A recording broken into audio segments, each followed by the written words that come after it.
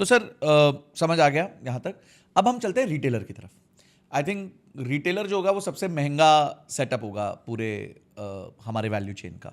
तो अगर एक किसी को रिटेल चेन खोलनी है तो आपने पहले सजेस्ट किया था पहले फ्रेंचाइज से स्टार्ट करना चाहिए और उसके बाद अपने को इस पे जाना चाहिए। अगर फ्रेंचाइज से भी स्टार्ट करें तो क्या मिनिमम कैपिटल लगेगा? लेट्स से एक ठीक ठाक brand, not the top brand but एक नॉर्मल ब्रांड का अगर वो लेते। आज के दिन में अगर आप फ्रेंचाइज खोलते हो तो आप मार्केट में जो अवेलेबल फ्रेंचाइज है आप मोटा मोटी गोल्ड की अगर जाओ तो 5 करोड़ से नीचे नहीं होगा। डायमंड की जाओ तो कुछ एक डायमंड लैब ग्रो डायमंड या नेचुरल डायमंड उनकी लगभग 2 से 3 करोड़ के बीच में उनकी फ्रेंचाइज आ रही है। और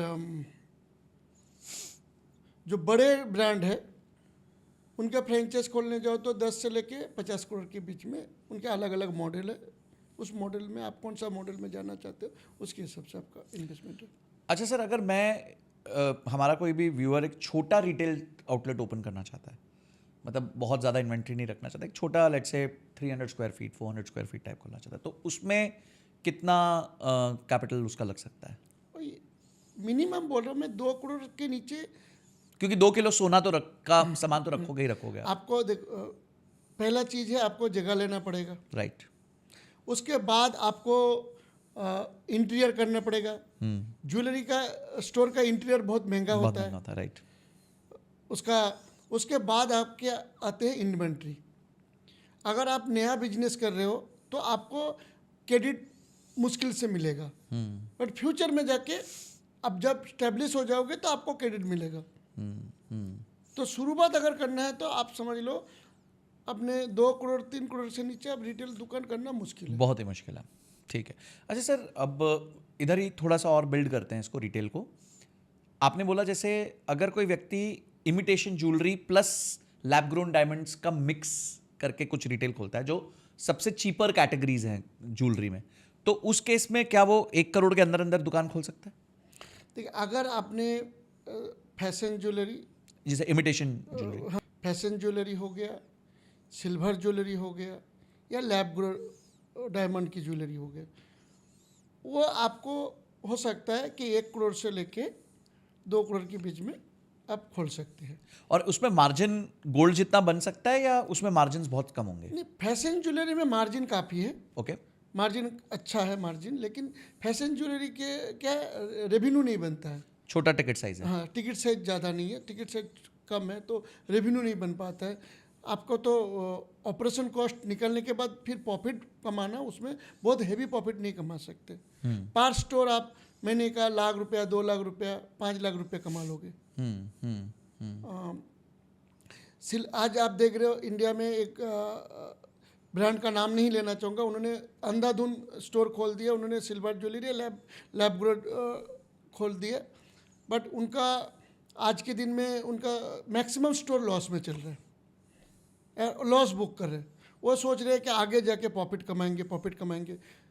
तो प्रॉफिट कमाएंगे तो अच्छी बात है। आपने जिसका नाम बोला कारडलैंड मिथुन संचिती, वो चेन्नई की बंदे हैं। अच्छा। चेन्नई से उन्होंने अपना बिजनेस करियर शुरू किया था। उनका पहला स्टोर चेन्नई से ही था उनका। उन्होंने भी काफ़ी स्ट्रगल किए, काफ़ी लॉस किए, बट वो ज्वेलरी बैकग्राउंड से था। उनके फादर काफ़ी बड़े ज्वेलर हैं। वो लोग ट्रेडिशनल ज्वेलरी बेचते, heritage jewellery, traditional heritage jewellery बेचते। तो उनके काफ़ी अच्छे ब्रांड है, आज भी रिटेल के में उनके काम है। तो उन्होंने कुछ हटके करने का कोशिश किया, पर उनको ज्वेलरी इंडस्ट्री की, रिटेल की पूरा नॉलेज था।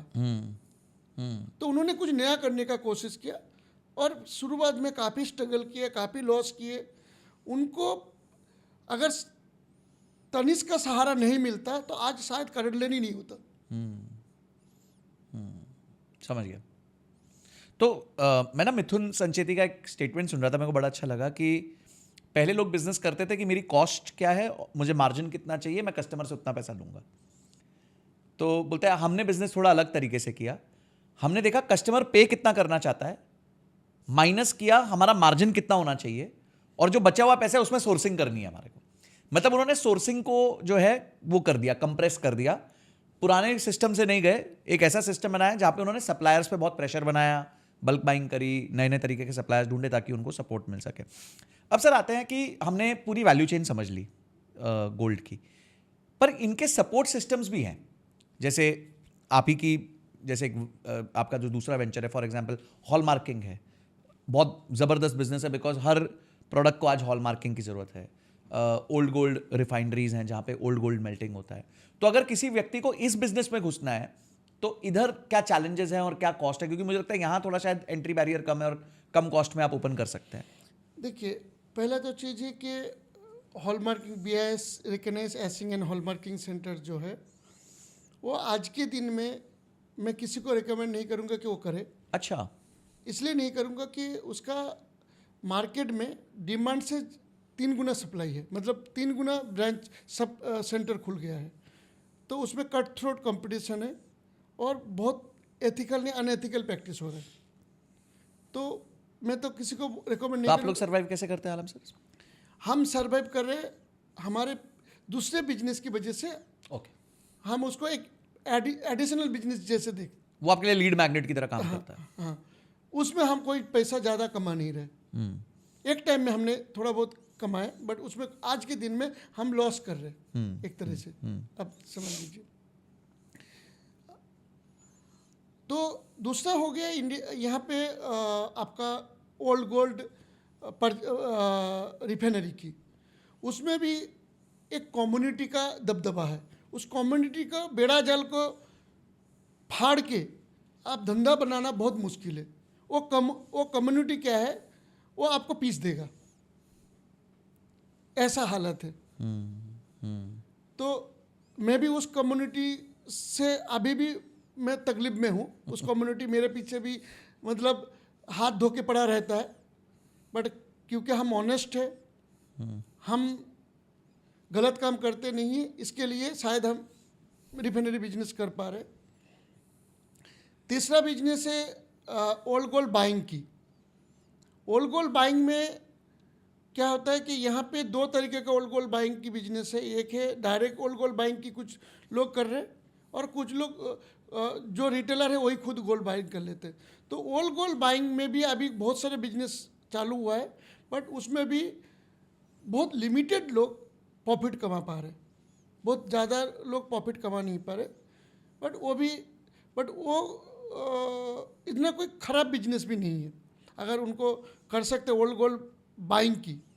बट ओल्ड गोल्ड बाइंग में एक बड़ा लीगल प्रॉब्लम क्या है कि पुलिस का झमेला आपके ऊपर लगा रहेगा, क्योंकि चोरी का माल बहुत बिकता है मार्केट में, और केस हो गया तो इंडियन लीगल सिस्टम के तहत बहुत हैरेसमेंट होना पड़ता है। चौथा है कि आप सर्टिफिकेशन ऑफ डायमंड वगैरह सर्टिफिकेशन, वो कॉम्प्लिकेटेड है, उसमें जिसको मालूम नहीं है वो नहीं कर सकते। लॉजिस्टिक बिजनेस है, लॉजिस्टिक में बहुत ज़्यादा स्कोप नहीं है, रिस्क बहुत ज़्यादा भी होगा क्योंकि इतना हाई वैल्यू इन्वेंट्री है। लॉजिस्टिक में लिमिटेड प्लेयर है, बट उसमें बहुत पूरा सिस्टम चेंज होना चाहिए, तब जाके आप बहुत बड़ा सेटअप होना चाहिए आपके पास, तब जाके आप लॉजिस्टिक चला सकते हैं। तो ये सारे बिजनेस है। और गोल्ड लोन्स, कोई अगर छोटी NBFC ओपन करना चाहे 2 करोड़ रुपए के कैपिटल से NBFC ओपन हो जाती है। गोल्ड लोन्स डेफिनेटली कर सकते हैं, करना चाहिए। गोल्ड लोन जो है, जिसमें मेरे ख्याल से ज्वेलरी इंडस्ट्री में यही एक काम है, या ओल्ड गोल्ड बाइंग, ये दोनों जो काम है, इसमें आपका ज्वेलरी इंडस्ट्री की नॉलेज या कनेक्शन जरूरत नहीं है। ओके। बिना कनेक्शन और बिना नॉलेज की ये 2 काम आप कर सकते हैं, या ओल्ड गोल्ड बाइंग। पर ओल्ड गोल्ड बाय करके मेरा स्टेप क्या होगा नेक्स्ट, मतलब बस प्रोसेस करके बेचना? नहीं, जो लोग ओल्ड गोल्ड बाइंग करते हैं, ओल्ड गोल्ड बाइंग करके आपको पहले ओल्ड गोल्ड बाइंग कर लो, फिर उसको आपको मेल्ट करना है, फिर उसका प्योरिटी टेस्ट करना है, फिर उसको मार्केट में आपको किसी बुलियन की तरह बेच बुलियन देना। वाले को बेच देना है। समझ गया। आप 4 जगह में भाव पूछ के बेच दो, समझ गया। जो सबसे ज़्यादा दाम देगा उसको दे। अच्छा सर, जो ओल्ड गोल्ड बाइंग वाला जब उसको मेल्ट करता तो और भी कुछ चीज़ें जो इम्प्योरिटीज थी वो भी तो निकलती होंगी, वो कुछ बिकती हैं या वो सिर्फ वेस्ट होता है? वो बेस्ट होता है। अच्छा, उसकी कोई वैल्यू तो नहीं है। जब आप ओल्ड गोल्ड जो लोग खरीदते हैं ना, वो प्योरिटी के साथ साथ उसमें स्टोन या अदर कोई क्या चीज़ है वो देख के खरीदते हैं, या तोड़ के खरीदते हैं, गॉट इट, या उसको माइनस करके खरीदते हैं। समझ गया। Guys thank you so much, आपने इस क्लिप को देखा। अगर आप ऐसे क्लिप्स चाहते हैं कि आप तक पहुंचे तो इस चैनल को सब्सक्राइब करके घंटी जरूर दबा दीजिएगा।